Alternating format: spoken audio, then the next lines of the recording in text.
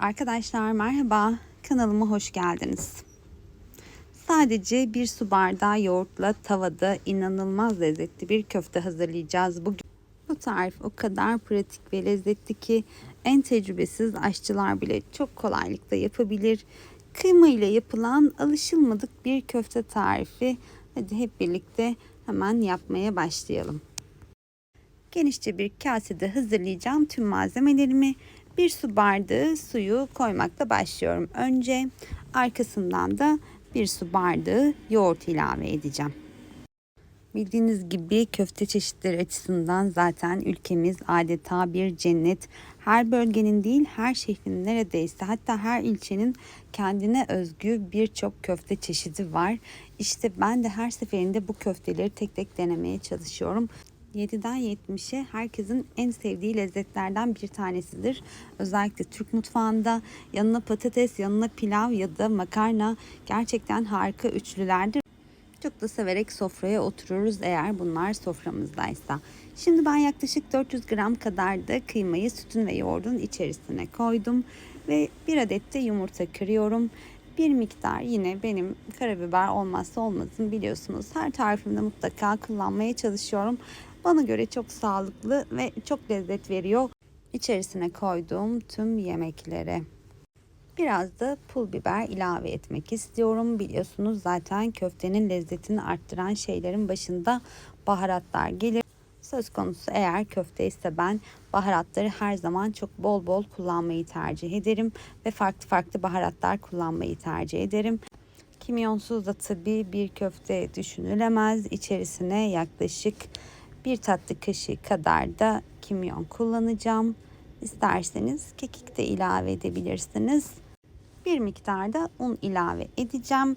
Bir su bardağı kadar yeterli olacaktır bu tarif için. Yine sarımsak da kullanacağım. Sarımsağım da iri taneli olduğu için ben bir diş kullandım. Ama küçük diş sarımsaklarınızda eğer 3-4 adet kullanmanız yeterli olacaktır. Bir pakette kabartma tozu kullanacağım. Bu da işte aslında tarifimizin püf noktalarından bir tanesi. Kabartma tozu sayesinde un da olduğu için içerisinde köftemiz çok güzel kabaracak. Çırpma teli yardımıyla şimdi tüm malzemeleri karıştırıyorum. Ama çok katı bir hamur olmayacak. Gördüğünüz gibi krepten biraz daha koyu bir kıvam elde edeceğiz. Ne kadar fazla karıştırırsak emin olun o kadar da lezzetli olacaklar. Tavamı yine orta ateşte ocağıma koydum. İçerisine bir miktar sıvı yağ koyuyorum ve köftelerimi artık yavaş yavaş pişirmeye başlıyorum. Kaşık yardımıyla tavanıza köfteleri bırakabilirsiniz. Böyle dolu dolu alırsanız eğer kaşığa o yeterli olacaktır. İki kısmını da pişirmeniz gerekir. Tavaya koyduğunuz kısım piştikten sonra çevirerek diğer tarafını da pişirmemiz gerekiyor. Kolay çevirebilmek adına çok da sıkışık yapmıyorum. Aralarda böyle boşluklar bırakıyorum. Tamamen piştiğinden emin olmadan çevirmeyin, yoksa dağılacaktır. Ben de o şekilde yapıyorum ve ateşi çok yüksek seçerseniz eğer birden yanar, ama içlerinin pişmesi de çok önemli burada. O yüzden böyle orta ateş kullanmanızı ben öneririm sizlere. İşte diğer tarafını çevirdiğiniz zaman işte bu şekilde görünecekler.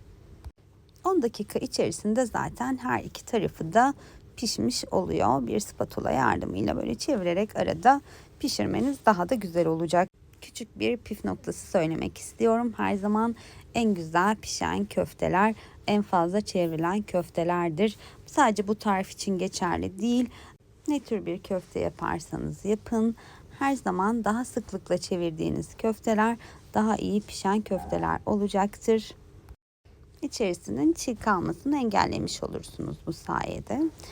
Köftelerimi servis yaparken yanında domates ve sarı kapya biberler kullanacağım. Onları da gördüğünüz gibi eşit seviyede, domatesle biberi eşit seviyede halkalar halinde kesiyorum. Tabii ki siz farklı şekilde sunum yapabilirsiniz. Yanına yeşillik ilave edebilirsiniz ya da patates püresi çok güzel olacaktır.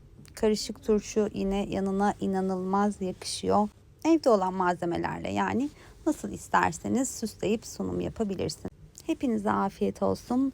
Daha fazla sağlıklı ve lezzetli tarif için de kanalıma abone olmayı unutmayın.